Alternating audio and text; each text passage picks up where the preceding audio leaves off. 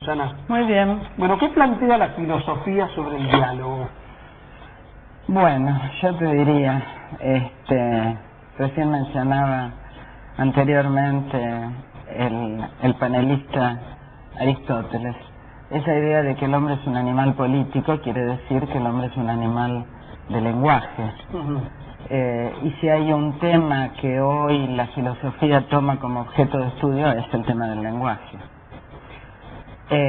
Y el lenguaje el diálogo está íntimamente ligado con la política.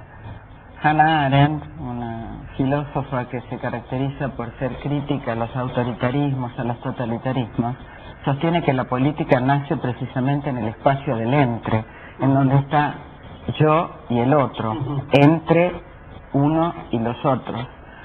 Pero fíjate que el lenguaje también tiene la particularidad de, así como yo puedo mostrar una realidad, hacerla clara, comunicarla, abrirla, también el lenguaje puede enmascarar, ocultar, mentir.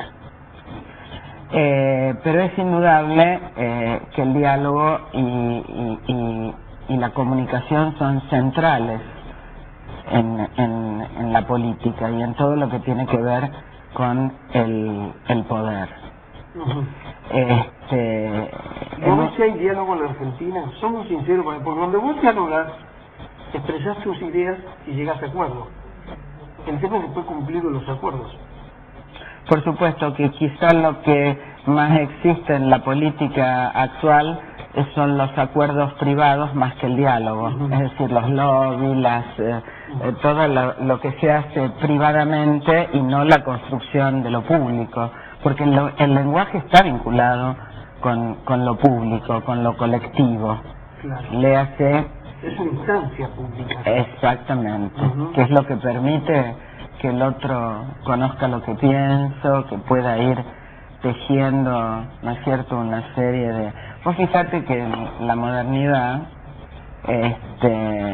cuando piensa en la constitución del Estado, no el Estado como algo natural, como algo a lo que se tiende, sino el Estado producto de un convenio, de un pacto, como decía Hobbes, por ejemplo, los hombres pasan de un estado prepolítico, si vos querés, sin lenguaje, aunque sería imposible que el hombre no hable, ¿no es cierto?, porque el pensamiento se expresa a través del lenguaje, pero se necesita del convenio, del pacto, del acuerdo para constituir la sociedad civil.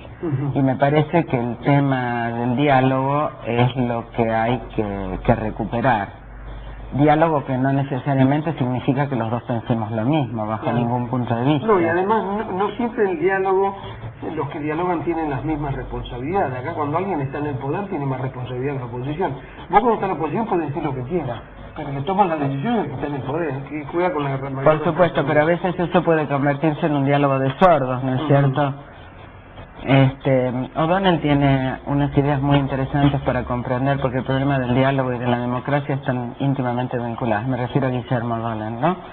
Él sostiene que las democracias argentinas, latinoamericanas, de Brasil, de Perú, son democracias delegativas, en el sentido de que no basta el Estado de Derecho, no es una condición necesaria y suficiente, es una condición necesaria, pero además se necesita garantizar la igualdad política de los ciudadanos, la libertad, el Congreso, el Parlamento. Y la democracia delegativa se caracteriza porque el que gobierna cree que solamente él debe decidir, y en ese sentido el Congreso, las organizaciones políticas, los sindicatos son obstáculos. Bueno, en la Argentina cuando se vota se entrega como mucho poder y se concentra mucho poder. Entonces después cuando vos pedís el diálogo decís, a ver, partís de una matriz medio complicada para el diálogo. Hay todo un aprendizaje en esto. Por supuesto. Por supuesto, y eso me parece que es lo que falta, además porque también la política, los partidos a su vez están desprestigiados, ¿no es cierto? Se parte de la premisa de que todo político miente, y eso no es así. Hay políticos que mienten, hay otros que no mienten. El lenguaje es un gran generalizador, y a veces se corre riesgo de generalizar. Sí. No es que la justicia no sirva, la política sea corrupta. Hay jueces corruptos, jueces justos, políticos que se ocupan de la cosa pública, políticos que únicamente se ocupan de sus intereses individuales. Las generalizaciones conducen a actitudes intolerantes, ¿no es cierto? Todos los pobres son malos, pueden son generalizaciones gaseosas que la toman como precisiones científicas y que no es así. Ahora, y además eso rompe el diálogo. Claro. Porque si basta que vos le pongas un rótulo a alguien para que no haya más diálogo, ¿no es cierto? Sí, es como me decía, a ver, los textos de periodismo que yo le enseño a los alumnos también, dice que algunos que hay preguntas que no son preguntas, son irritaciones al pensamiento, crean confusión. O preguntas retóricas que no preguntan nada. Ahora, en Argentina hay como una matriz autoritaria en el diálogo. El que gana por un voto cree que tiene más razón que el otro. Por supuesto. Pero volviendo a esto, uno se tiene que preguntar, ¿por qué pasan estas cosas? ¿Por qué este tipo de democracia? Y O'Donnell da dos argumentos que me parece que es importante pensar, porque tampoco me gusta decir los argentinos son violentos, los argentinos son vagos, los argentinos son corruptos. No es cierto, hay muchos argentinos nobles. Yo acabo de venir de un acto donde la Facultad de Derecho le dio el profesor consulto al doctor Dantur.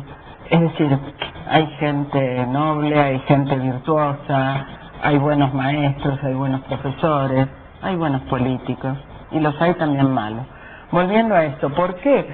¿Cuáles son esas dos condiciones que explican este tipo de democracias? ¿No es cierto? Democracias débiles, democracias insuficientes, democracias que hay que construir. Por un lado, una tradición autoritaria. Nosotros venimos de tradiciones autoritarias muy fuertes, y eso va generando conductas autoritarias. Hay una historia pasada autoritaria, de la cual no es cierto, hay que desprenderse, y desprenderse exige tiempo, exige, ¿no es cierto? Bueno, y por otro lado, hemos armado estructuras autoritarias. Por supuesto. Porque vos cuando vas a la escuela, la estructura jerárquica y así. Por supuesto que la hay. La educación tiene que cambiar. Bueno, educación, si al alumno se lo busca encerrar en el colegio y que se encierre en sí mismo. Totalmente. Pero hay una escuela que es una escuela que enseña para la libertad. Queda mal, no queda mal. Las escuelas experimentales de la universidad promueven la autodisciplina. ¿Por qué crees que queda mal? ¿Por qué bueno, tienen tanto porque... miedo ustedes No, para nada. La defiendo a pulmón. También hay otras escuelas que no son las escuelas experimentales de la UNT, que son muy buenas. Me refiero, no, porque nosotros peleamos. Pero ¿sabes por qué te preguntaba esto? ¿Sabes qué? Hablando con un empresario turístico, que me invito para el programa para hablar sobre el problema de tener el turismo con la gripe A, me decía, van a pensar que defiendo mis intereses. Digo, ¿cuál es el problema de defender los intereses? No, la verdad que no. Mientras que no atropello los problemas. No. Entonces, si vos estás orgullosa de las escuelas estoy absolutamente orgullosa. Vos estás comprometida con la Universidad Nacional de Tucumán. Con esta cuestión, ¿no tenés que decir? Por supuesto. ¿Qué de malo tienes? No es, pero como que queda... Te autocensuraste. No, puede ser, sí, tenés razón. Tenés razón, no es porque quede mal, sino porque parece que uno... Pero también reconozco que hay otras escuelas que no son públicas, estatales como estas, que son muy buenas. Pero lo interesante de esto es que son escuelas públicas y que se vive una atmósfera de libertad y de aprendizaje también. Pero la imagen que vos tenés de la escuela es cierta, es absolutamente cierta. Yo siempre le cuento a mis alumnos una historia de una amiga mía que tenía un nenito chiquitito que fue a la escuela y vino y le dijo a la mamá, mamá, dame una soga. ¿Para qué, Pablito, querés la soga? Para atarme, porque la señorita no quiere que me mueva.